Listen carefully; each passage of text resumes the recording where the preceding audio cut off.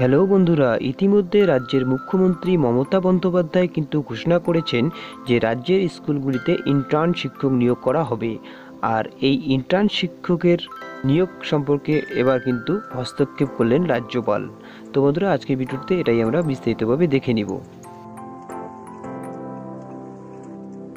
Subscribe করুন YouTube tricks Bangla চ্যানেলটিকে চাকরি খবরগুলি সবার আগে পাওয়ার জন্য।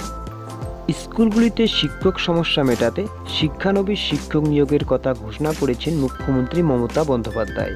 তারপর থেকেই এই সিদ্ধান্তের বিরোধিতায় সমালোচনার ঝড় উঠেছে। দাবি করা হয়েছে, এভাবে একদিকে যেমন প্রশিক্ষণপ্রাপ্ত শিক্ষক পদপ্রার্থীরা বঞ্চিত হবেন, তেমনই শিক্ষা ব্যবস্থার অবনতি ঘটবে।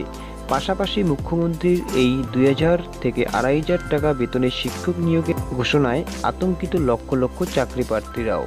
মুখ্যমন্ত্রীর এই নজিরবিহীন ঘোষণার প্রতিবাদ প্রতিধ্বনিত হয়েছে রাজ্য জুড়ে। ইন্টার্ন শিক্ষক নিয়োগের প্রতিবাদে কর্মচারী পরিষদ, পিটিটিআই, বিএড, ডিএলএড সহ বিভিন্ন সংগঠন আজ রাজ্যপালের সাথে দেখা করেন। ডব্লিউপিটিটিএর সভাপতি পিন্টু পাড়ুই জানিয়েছেন, রাজ্যপাল পুরো বিষয়টি শুনে ইন্টার্ন শিক্ষক নিয়োগকে হাস্যকর বলে জানিয়েছেন। পাশাপাশি তিনি আরও আশ্বস্ত করেছেন চাকরি প্রার্থীদের তিনি এইচএস স্কেল নিয়ে মুখ্যমন্ত্রীকে জানাবেন, যাতে শীঘ্রই এইচএস স্কেল লাগু হয়।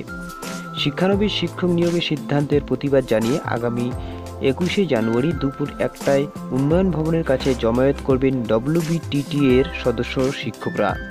সংগঠনের সভাপতি পিন্টু পাড়ুই জানিয়েছেন, প্রয়োজনে হাইকোর্টের দ্বারস্থ হব, কিন্তু কিছুতেই এই প্রক্রিয়া চালু করতে দেব না। তো বন্ধুরা, দেখতেই পারলেন এই বড়সড় আপডেটটি ইন্টার্ন শিক্ষক নিয়োগ সম্পর্কে, যে এই ইন্টার্ন শিক্ষক নিয়োগকে কিন্তু হাস্যকর বলে জানালেন রাজ্যপাল।